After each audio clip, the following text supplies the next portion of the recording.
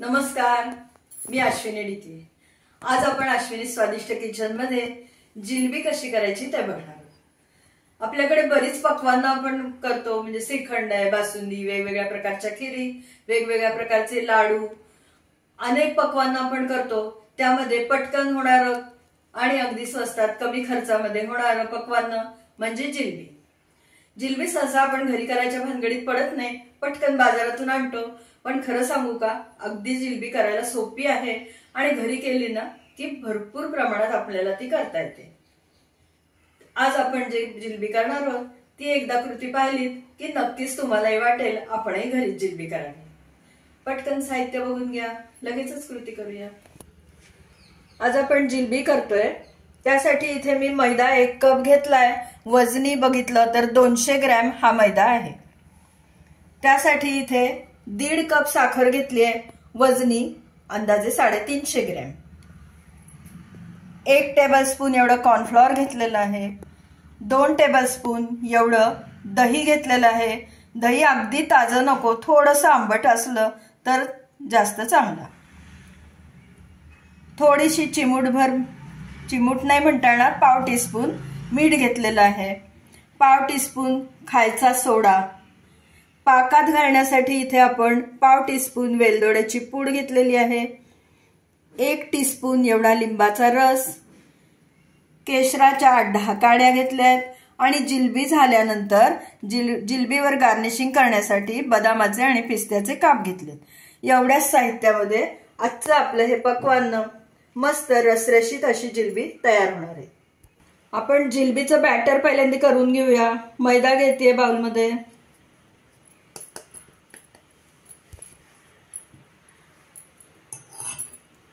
त्यामध्ये कॉर्नफ्लॉवर घालूया,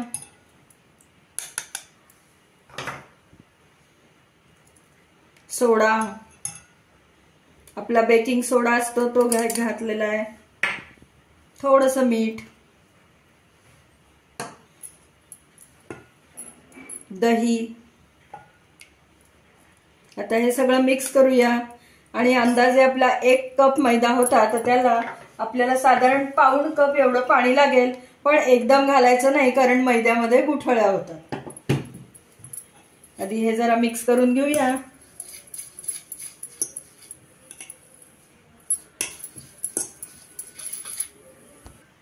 पाऊण कप पाणी घेतलंय, एकदम सगळं घालणार नाहीये, थोडं थोडं घालून आपण मिक्स करून घेऊया।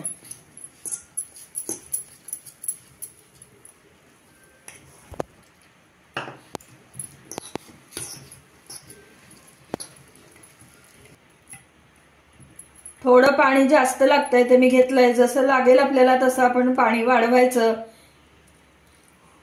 काय होतं, काही वेळेस दही घट्ट असलं तर पाणी जास्त लागतं, दही जर का पातळ असलं तर पाणी त्या मानाने कमी लागतं। त्यामुळे अगदी ॲक्युरेट असं पाण्याचं प्रमाण सांगता येत नाही।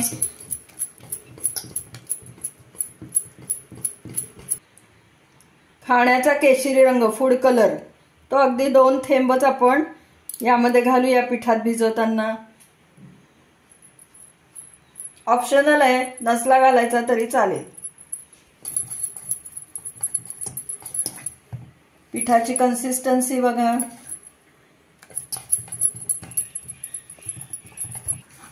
पिठाची कन्सिस्टन्सी बघा, एकसारखं पडतंय, गठ्ठे गठ्ठे पडून मध्येच थांबत नाहीये, म्हणजे अगदी परफेक्ट झालेली आपली पिठाची कन्सिस्टन्सी। आता हे पीठ आपण 10 मिनिटं झाकून ठेवूया आणि एकीकडे पाक करायला घेऊया।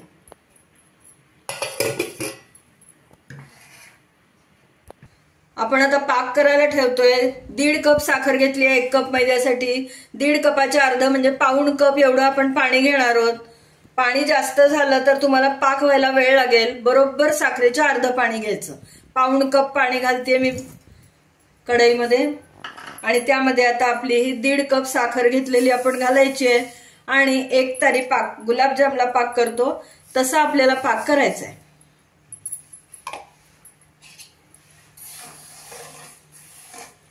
साधारण साखर बुडेल एवढं पाणी होतं ते बरोबर।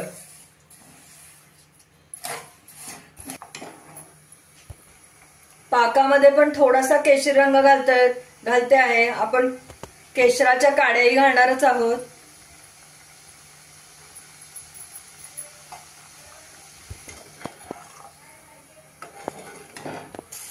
साखर छान विरघळली, उकळायला लागलाय पाक.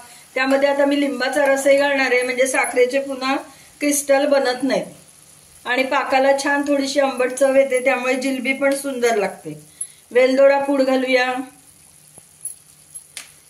केशराच्या काड्या घेतल्यात आपण, त्याही त्यामध्ये घालूया.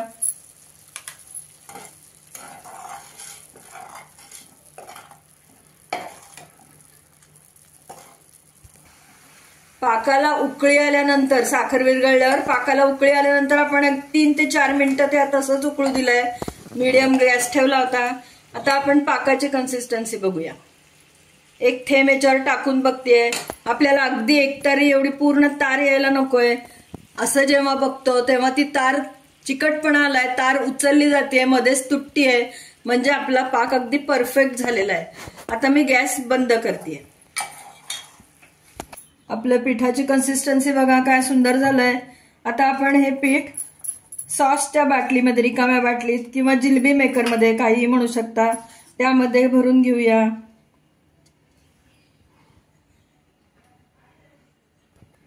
पीठ यामध्ये घालून घेतलंय आणि आता वरून झाकण लावून घेऊया.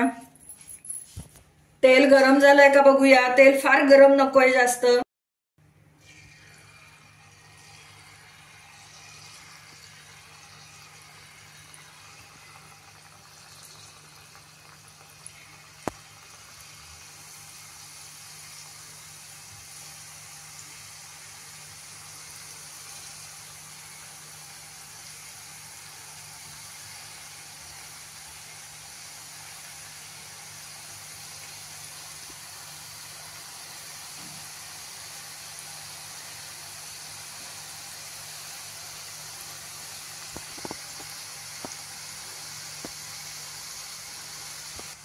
उलटून घेऊया. दुसऱ्या बाजूने पण छान कुरकुरीत तळून घेऊया.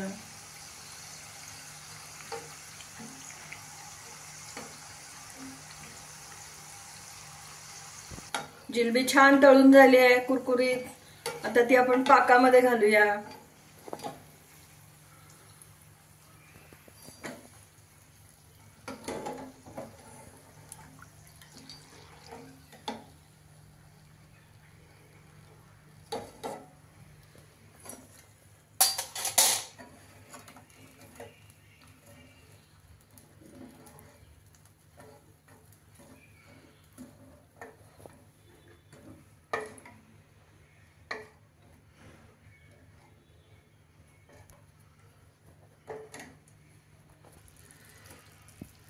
पाकातली जिलबी इकडे काढून घेऊया.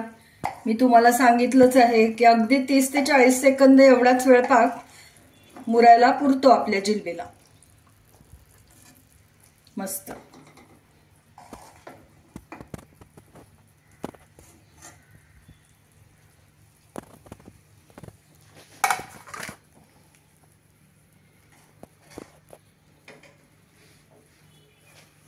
आपण आता पुढच्या सगळ्या जिलब्या करून घेऊया.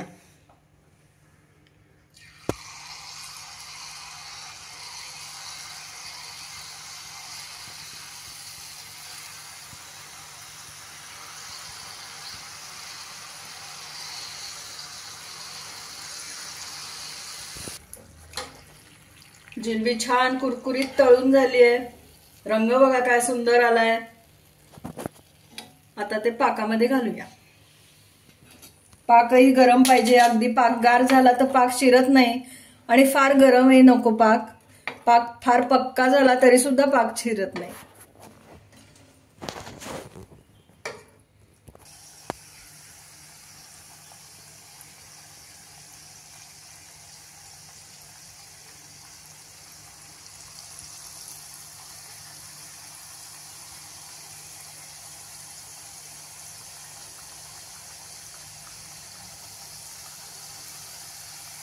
थोडस उंचावरून घालायचं, म्हणजे मग ती छान जिलबी आपल्याला घालता येते आकारात.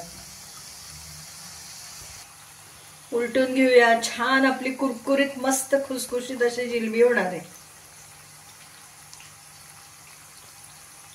जिलबी छान कुरकुरीत तळून झाली आहे. काढून घेऊया आणि पाकामध्ये सोडूया.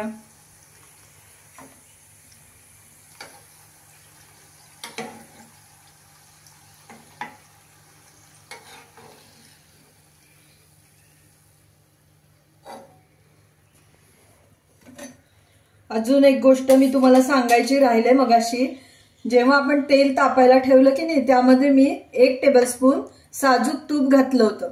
त्यामुळे काय होतं, जिलबीला तुपाचा फ्लेवर खूप छान वाटतो. आपली कुरकुरीत रसरशीत जिलबी करून तयार झाली आहे. काय सुंदर दिसतेय बघा आणि किती झटपट तयार झाली बघितलं ना तुम्ही. करायला काहीच अवघड नाहीये, फक्त जिलबीचा आकार पाडणं मात्र प्रॅक्टिसवर अवलंबून आहे. नवीन वर्षाच्या सुरुवातीला, गुढीपाडव्याला किंवा कोणी पाहुणे येणार असतील तेव्हा किंवा गणपतीच्या नैवेद्यासाठी अशा वेळेस नक्कीच जिलबी केली जाते. तुम्ही या पद्धतीने जिलबी करून बघा आणि मला नक्की कमेंट द्या. तुमच्या या वर्षीच्या बाप्पाच्या प्रसादाला घरी बनवलेली जिलबी नक्कीच तुम्ही करून नैवेद्य दाखवू शकता. तुम्हाला जर आजचा जिलबीचा व्हिडिओ आवडला असला, ही रेसिपी आवडली असली तर अगदी पटकन पहिल्यांदा लाईक करा आणि तुमच्या इतर ग्रुप्समध्ये लिंक शेअर करा. आतापर्यंत जर माझा चॅनल सबस्क्राईब केला नसेल तर सबस्क्राईब करा आणि सबस्क्राईब करताना शेजारचं बेल आयकॉन दाबायला विसरू नका. त्यामुळे काय होईल, वेळोवेळी पाठवलेली नोटिफिकेशन्स तुमच्यापर्यंत अगदी लगेच पोहोचतील. पुन्हा आपण नवीन अशाच नवनवीन स्वादिष्ट रेसिपी बघण्यासाठी भेटूया. तोपर्यंत धन्यवाद.